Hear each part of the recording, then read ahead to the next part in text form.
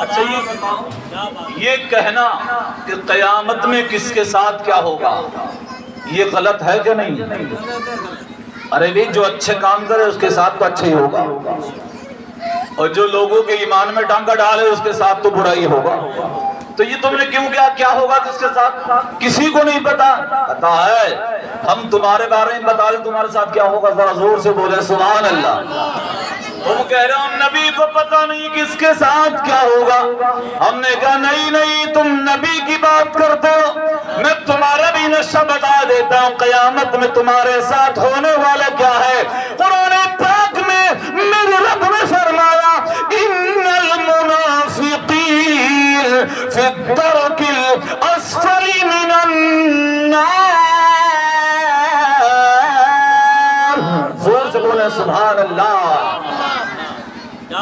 قرآن کہتا منافق، یہ قرآن کہتا میں نہیں کہتا، ان المنافقین فی الدرک الاسفل من النار، قرآن نے بتایا منافق، اور اس کا ترجمہ بالکل آسان کر دوں، قرآن کہتا وہابیوں کو قیامت کے دن جہنم میں ڈالا جائے گا، سبحان اللہ۔ یہ قرآن کہتا میں تو کہتا ہی نہیں، تو یہ تم نے کیا کیسے بولے نبی کو بھی پتا نہیں؟ ارے تو نبی کی بات کر رہا ہم سے پوچھ، ہم تیرا حال بتا دیں کیا ہے، قیامت میں تیرا حال ہونے والا کیا وہ بھی بتا رہے ہیں، تیرا ٹھکانہ بتا دیں۔ اور نبی کا تو حال یہ ہے، حضرت آدم سے میں نے پوچھا، میں نے کہا تم جنت میں رہ کے آئے ہو، پہلے جنت میں تھے بعد میں باہر آئے، میں نے کہا کچھ دیکھا تو آدم بولے میں نے جنت میں جو پیڑ اور پودے کھڑے ہیں ان کے پھلوں پہ بھی میں نے نام محمد لکھا ہوا دیکھا ہے۔ یعنی جنت میں جو پیڑ اور پودے ہیں ان کے پتوں پہ، ان کے پھلوں پہ، اور حورے اور فرشتوں کی پیشانی اور سینوں پہ لکھا ہوا میں نے خود دیکھا ہے لا الہ الا اللہ محمد الرسول اللہ صلی اللہ علیہ وسلم، یعنی جنت میں مصطفیٰ کا نام لکھا ہوا پہلے ہی سے ہے۔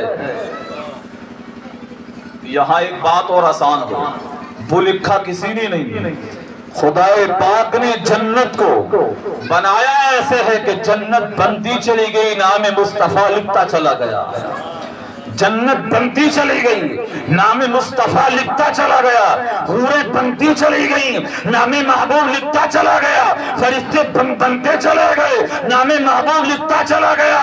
میرے رب نے یہ بتا دیا ہے اے دنیا والوں، اے میرے محبوب کا کلمہ پڑھنے والوں، اے توحید کے ٹھیکیدار بننے والوں، سن لو، اگر پوری دنیا کا خالق تمہارا خدا ہے، پوری کائنات کا مالک میرا مصطفیٰ ہے، میں خالق ہوں، میرا مصطفیٰ مالک ہے، کام تبھی چلے گا جب یہ دل سے مانا جائے گا کہ میں تو مالک ہی کہوں گا کہ اے مالک کے حبیب، یعنی محبوب و محب نہیں میرا تیرا، یعنی جو خدا کا ہے وہ مصطفیٰ کا ہے، اور جو مصطفیٰ کا ہے وہ ان کے پیارے خدا کا ہے۔ سمجھے آپ؟ اگر مصطفیٰ کا نہیں ہے تو وہ خدا کا بھی نہیں ہے، تو خدا کا بننے کے لیے مصطفیٰ کا تو بننا ہی پڑے گا، خدا کا بننے کے لیے مصطفیٰ کا تو بننا پڑے گا، اور مصطفیٰ کا بننے کے لیے پہلے ایمان کا مضبوط ہونا بہت ضروری ہے۔ ایک بات مجھے بتائیے، یہ کھانا بنا رہے ہیں نا، بن رہا یہ بتاؤ دکاندارا، یہ کھانا بنانے میں اگر قورمے میں تیل تو کھانے کے پڑے گا نا، سرسوں کا، تو اس میں سرسوں کا یہ تیل ڈالیں، تھوڑا سا مٹی کا بھی ڈال دیں، بولے چلو کوئی بات نہ ہے تو یہ بھی تیل ہی، تو کھا لیا جائے گا۔ ارے بولو کچھ، کھانا بولو۔ کھانے میں اگر 2 کلو پڑنا پتیلے میں تو یہ 2 کلو جو ہے 100 گرام کم ڈال دیں، 1 کلو 900 گرام، 100 گرام مٹی کا ڈال دیں، بولے کوئی بات نہیں یہ بھی تو تیل ہی ہے، تو بولو کھانا کھا لیا جائے گا؟ منہ میں بھی نہیں دیا جائے گا، نہیں دیا جائے گا نا۔ تو یوں ہی سمجھئے تیل برابر نہیں، تو دنیا کے اندر داڑھی برابر نہیں، نماز برابر نہیں، روزہ برابر نہیں۔ یہ تیل 1 کلو 900 گرام، لیکن 100 گرام میں صرف مٹی کا، سب بگاڑ دیا کہ نہیں بگاڑ دیا؟ بگاڑ دیا۔ میں کہتا ہوں پوری زندگی نماز پڑھو، روزہ رکھو، قرآن پڑھو، اگر ان کے پیچھے نماز جان کے ایک دفعہ بھی اگر پڑھ لی تو وہ ایک بار کی نماز 1 کلو 900 گرام کو 100 گرام لے ڈوبا تو وہ ایک بار کی نماز سب کو لے ڈوبے گی۔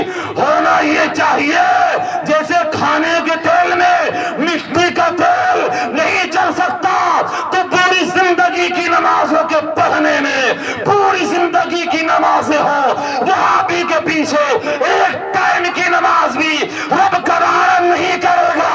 اس لیے داڑھی ہونا اور ہے، عشق رسول ہونا اور ہے۔ اگر سینے میں عشق مصطفیٰ نہیں ہے تو نماز بیکار ہے، روزہ بیکار ہے۔ جیسے کھانے میں تیل کھانے کا نہیں مٹی کا ہے۔ انہوں نے بکرے کاٹے نہیں کاٹے، یہ تو پتہ ہی تھا تمہیں۔ ایک بات سنو، مثال سے بات سمجھا رہے ہوں۔ بکرے نہیں، یہ تو بٹیر کاٹتے ہیں۔ جناب سن رہے ہو، یہ تو بٹیرے کاٹنے لاتے ہیں، بٹیرے، لیکن بٹیر میں تیل مٹی کا ڈال دیں، کھا لی جاگی، کھائی جاگی نا۔ وہی پڑے جس کی ضرورت ہے تبھی کھائی جائے۔ تو یہی سمجھو کہ داڑھی بھی ہے، وضو بھی کر لیا، کرتا پاجامہ بھی پہن لیا، ٹوپی بھی پہن لی، داڑھی بھی لٹکا لی، اور اس کے پیچھے جا کے نماز پڑھ دی ان کے پیچھے، تو جیسے مٹی کا تیل پورے کھانے کو لے ڈوبا، ان کی بدعقیدگی سب کو لے ڈوبے گی۔ تو جیسے مٹی کا تیل کھایا نہیں جا سکتا، ایسے کسی بدعقیدے کے پیچھے نماز نہیں پڑھی جا سکتی ہے۔ یاد رکھو، داڑھی بھی ہو، ٹوپی بھی ہو، کرتا پاجامہ بھی ہو، زکوٰۃ و حج بھی ہو، صدقہ و فطرہ بھی ہو، لیکن نماز پڑھنے کے لیے سینے میں عشق رسول بھی ہو، اور عشق رسول ایسا ہو، اے عشق تیرے صدقے چلنے سے چھوٹے سستے، جو آگ بجھا دے گی وہ آگ لگائی ہے۔ کیا عشق رسول بھی سینے میں ہونا چاہیے۔ لیکن ہماری یہاں ہمارے یہاں کیا ہوتا پتا، سن لو بات، مرنا مجھے بھی، میں ایسی نہیں بیٹھا رہ جاؤں، ہو سکتا تم سب سے پہلے میں ہی مر جاؤں، کوئی شک تو نہیں ہے نا۔ جوان مرتے، بچے مر جاتے، نہیں مر جاؤں، اور میں بھی اپنی قبر میں رہوں گا اکیلے۔ یہ تھوڑی ہے کہ ان تینوں میں سے کوئی جا کے میری قبر میں لیٹے گا، بولے یار آدمی اچھے سے اکیلا مت لیٹنے تو ہی نا، کہ صاحب ایسا ہوگا؟ نہیں ہو سکتا نا۔ تو میں بھی اکیلے لیٹوں گا اور آپ بھی اکیلے لیٹو گے، تمہارے ساتھ بھی کوئی نہیں جائے گا۔ تو جب ساتھ جائے گا بھی کوئی نہیں، اعمال جانے تو اعمال ساتھ جائیں گے، تو اعمال ایسے تو ہوں جن میں تیل مٹی کا نہ ہو بیچ میں، ورنہ یہ سب منہ پہ مار دیے جائیں گے، چلنے والا کچھ نہیں۔ تو اب نماز پڑھی، اچھے کام کیے، تو جو اللہ کے ولی ہیں یہ اللہ کی بڑی عبادت کرتے ہیں، بہت عبادت کرتے ہیں۔ ابھی آپ نے سنا، یہ قاری غلام یاسین صاحب بتا رہے تھے آپ کو کہ غوث اعظم رضی اللہ تعالیٰ عنہ روزانہ رات کو 1000 رکعت نفل پڑھتے تھے۔ سبحان اللہ، کتنے پڑھتے تھے؟ 1000 رکعت نفل پڑھتے تھے، اور اسی میں تہجد بھی پڑھنا تھا۔ اب تہجد کے لیے تو مسئلہ یہ ہے کہ سونا چاہیے، تو وہ لوگ بیٹھ کے اونگ لیا کرتے تھے، اونگنے سے تہجد کی جو شرط ہے وہ بھی پوری ہو جاتی تھی اور وضو بھی ٹوٹتا نہیں تھا، اونگ لیا کرتے تھے۔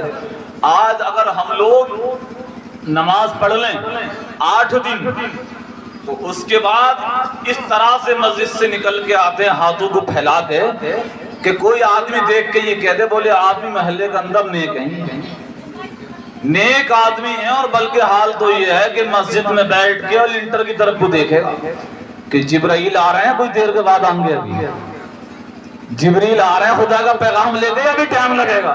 یہ حال ہے، یہ نماز ہے، یہ کہیں بھی پڑھ دے گا جا کے۔ ارے ترئی اگر لینے جائے گا نا بازار میں، اچھا پھر قانون کیا بتاتے ہیں پتا؟ یہ جو عوام کے لوگ ہیں نا، عوام کے، یہ اتنے بڑھیا ہیں کہ یہ اپنے دماغ سے نئے نئے قانون بھی لاتے ہیں، جیسے مودی جی لا رہے ہیں نا ہندوستان برباد کرنے آج کل، یہ بھی نئے نئے لاتے ہیں۔ بولے دیکھو نیت سے ہے سب کچھ، بولو یہ کہتے نہیں کہتے، بولے دیکھو سب کچھ ہے نیت صحیح، اپنی نیت اچھی ہونی چاہیے۔ میں کہہ رہا ہوں یہ تو بتا دے، نیت صحیح اگر ہے، یہ تو بھی مانگتا ہے تو رامپور جانے کے بعد بس اڈے پہ اور نیت صحیح اگر سب ہے تو جانا مراد آباد ہے، بریلی والی گاڑی میں بیٹھ جا۔ ارے بولو، بولے نہیں سب کچھ نیت صحیح ہے تو بریلی پہنچے گا مراد آباد پہنچا دے گی۔ ارے بریلی والی میں بیٹھ گیا اور جانا تھا مراد آباد، تو اس میں نیت کے بھائیوں کو جڑے کھو دے گی، کیا کرے گی؟ کچھ بھی تو نہیں ہوگا۔ نیت سے ہے لیکن اچھی نیت ہو، اچھی نیت کے ساتھ ساتھ کام بھی تو اچھا ہونا چاہیے۔ جو شرط ہے اس کو بھی تمام فالو کر، اس کو پھر اچھی نیت کام کرے گی۔ اور اس طرح سے خالی نیت اچھی ہو کام خراب ہو کچھ بھی ہونے والا نہیں ہے۔ سرکار غوث اعظم 1000 رکعت نفل روز رات کو پڑھتے ہیں، اللہ اکبر۔ اور میرا غوث تو خدا کا ایسا ولی جس کا جواب نہیں ہے یار۔ بچے آج بھی پیدا ہوتے ہیں دنیا میں، قیامت تک پیدا ہوں گے، اور بغداد کے غوث اعظم بھی پیدا ہوئے، لیکن آپ جب پیدا ہوئے تو بغداد کے بڑے پیر غوث اعظم اپنی ماں کے پیٹ سے 18 پاروں کے حافظ پیدا ہوئے، سبحان اللہ، 18 پاروں کے حافظ۔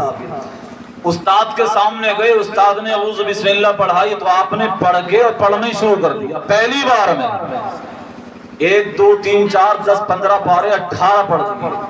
استاد نے کہا بیٹا اور پڑھو، کہا کہ سرکار پڑھ تو دیتا ہوں لیکن جب میں ماں کے پیٹ میں تھا تو میری ماں نے 18 پارے سنائے تھے مجھے۔ میری ماں 18 پاروں کی حافظہ تھی، وہ انہیں پڑھتی رہتی تھی، انہیں 18 کو انہوں نے پڑھا اور میں نے سن کے یاد کر لیا، میں نے آپ کو سنا دیے۔ کاش میری ماں نے پورا قرآن سنا دیا ہوتا تو عبد القادر 18 پہ رکتا نہیں، والناس تک پڑھ دیتا ایک ہی سانس میں، سبحان اللہ۔ یہ غوث اعظم ہے بغداد کا یار۔ اچھا پوری دنیا مل جائے کیا اس پیر کا مقابلہ کر لے گی؟ کر سکتی ہے؟ نہیں کر سکتی نا۔ سرکار غوث اعظم نکلے ہوئے جا رہے ہیں، دریا ہے، دریا پہ آپ نے دیکھا کہ عورتیں پانی بھرتی ہیں اور لے جاتی ہیں۔ ایک بوڑھی عورت ضعیفہ، وہ بھی پانی بھرا اس نے بھی، اور پانی بھرنے کے بعد وہیں بیٹھ گئی، بیٹھ کے رونے لگی۔ آپ نے فرمایا ضعیفہ یہ بتا کہ عورتوں نے پانی اوروں نے بھی بھرا ہے اور تو بھر کے بجائے لے جانے کی یہی روتی ہے بیٹھ کے، کیا بات ہے؟ تو وہ بڑی مشہور بات ہے لیکن اس کے آگے میں کچھ اور کہنا چاہتا ہوں۔ کہنے لگی سرکار 12 سال بیت گئے پورے، 12 سال پہلے میرے بیٹی کی بارات یہیں سے گزر رہی تھی، دلہن بھی اسی میں تھی، باراتی بھی اسی میں تھے، اور جس کشتی میں بیٹھے تھے وہ کشتی بھمر میں ایسی پھنسی کہ وہ پوری کی پوری بارات یہی ڈوب کے ختم ہو گئی۔ ایک ہی بیٹا تھا، موت کے گھاٹ اتر گیا۔ اب بیٹا بیٹی تو کوئی ہے نہیں، سرکار میں روزانہ صبح سویرے یہاں آتی ہوں، وہ شام تک بیٹھ کے دریا کے کنارے اپنے بیٹے کو آواز دیتی ہوں، کوئی جواب نہیں ملتا، مایوس ہو کے چلی جاتی ہے۔ آپ نے فرمایا ایک ہی بیٹا تھا؟ کہا جی۔ علامہ مفتی احمد یار خان نعیمی نے لکھا اپنی تفسیر نعیمی میں کہ یہ بیٹا سید تھا، نام تھا سید کبیر الدین۔ غوث اعظم نے فرمایا ماں 12 سال ڈوبے ہوئے ہو گئے، تو ابھی اپنے بیٹے کو بھولی نہیں ہے؟ یار ایک بات یہاں یہ بھی سن لو کہ ماں کا دل ایسا ہی ہوتا، دنیا بھول جائے، آپ کہیں چلے جاؤ، بیوی پوچھے نہ پوچھے، بیٹا پوچھے نہ پوچھے، لیکن ماں کی ممتا ایسی ہوتی ہے کہ وہ مچلتی رہتی ہے نا، بار بار۔ اگر بیٹا کہیں چلا جائے جب تک لوٹ کے نہیں آتا، ماں کو رات میں نیند نہیں آتی کہ میرا بھیا اب تک آیا ہی نہیں، میرا بھیا آیا ہی نہیں۔ یہ بغداد کے بڑے پیریں کہتے ہیں یہ بتا کہ 12 سال ہو گئے اور تو اپنے بیٹے کو نہیں بھولی ہے؟ کہ سرکار 12 سال ہو گئے مجھے رات کو نیند نہیں آتی۔ میں رات کو لیٹ جاتی ہوں بستر پہ اور صبح کو سویرا ہوتا ہے میں پانی بھرنے کے بہانے اسی دریا پہ آتی ہوں اور یہیں بیٹھتی ہوں، سرکار شام ہو جاتی ہے، شام تک روتی ہوں اور کبیر الدین کو آواز دیتی ہوں، کوئی آواز نہیں آتی۔ آپ نے فرمایا اچھا کوئی جواب نہیں ملتا؟ کہنا سرکار غوث نے دریا کے کنارے کھڑے ہونے کے بعد جب آواز دیے اے کبیر الدین، ماں یہاں روتی تم نکلتے نہیں۔ جب یہ جملہ غوث کی زبان سے نکلا دریا میں لہر آ گئی اور 12 سال پہلے کی ڈوبی ہوئی کشتی نکل کے دریا کے کنارے آ گئی۔ سبحان اللہ، دولہا بھی زندہ ہے، دلہن بھی زندہ ہے، باراتی بھی زندہ ہے، پوری کی پوری بارات جو 12 سال پہلے ڈوبی تھی یہ نکل کے باہر آ گئی، باہر نکل کے آ گئی۔ بریلی کے مفتی اعظم کہتے ہیں جو ڈوبی تھی کشتی وہ دم میں نکالی، تجھے ایسی قدرت ملی غوث اعظم۔ تاریخ بتاتی ہے اس بارات کا جو دولہا تھا نا جس کا نام تھا سید کبیر الدین، اس دولہا کو سرکار غوث نے اپنا خلیفہ بنا دیا، خلافت دے دی سلسلے کی۔ اب یہاں سے جو بات میں آگے کہنے لگا ہوں یہ آپ نے ابھی نہیں سنی ہے۔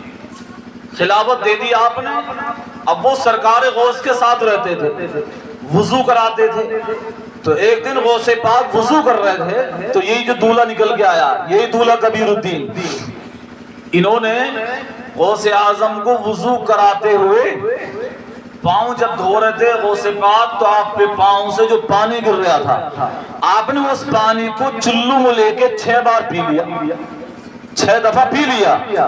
غوث اعظم نے فرمایا کہ تم نے 6 چلو پانی پی لیا، اب تمہاری عمر 600 سال اور بڑھ گئی۔ سبحان اللہ، مطلب جو خدا نے دی تھی وہ تو ہو گئی، 600 سال مزید بڑھ گئے، 600 سال کی عمر اور۔ علماء نے لکھا، مفتی احمد یار خان نعیمی نے تفسیر نعیمی میں، کہ وہ 6 چلو پانی پینے کے بعد سید کبیر الدین جنہیں کہا جاتا دریائی دولہا، یہ 600 سال تک دنیا میں زندہ رہے۔ سبحان اللہ، سبحان اللہ، 600 سال۔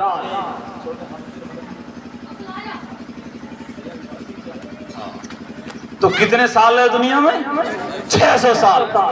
اب ایک بات نا میں آپ سے ہی کہہ رہا ہوں، نیتا جی آپ بھی دھیان کرو تھوڑا سا، مجھے یہ بتاؤ، یہ امریکہ نے بڑی ترقی کر لی، کریے، چین بھی بہت اترا رہا، اچھا چلو وہ تو کچھ کر کے ہی اترا رہے ہیں، مودی جی بھلا دی بے وجہ اترا کر رہے ہیں، اس نے کرایا سب ختم کر دیا، پھر بھی اترا رہے ہیں۔ چلو اب میں ایک سوال پوری دنیا کی حکومتوں سے کرتا ہوں، میں کہتا ہوں امریکہ، جاپان، چین، افریقہ، دنیا مل جائے، انہوں نے کوئی ٹیبلیٹ، کوئی ایسا کیپسول، کوئی گولی، کوئی انجیکشن، کوئی بوتل بنائی ہے ایسی کہ وہ لگ جائے 600 سال جی جائے؟ ارے بولو، ہاں بولو یار، نہیں ہو سکتی نا۔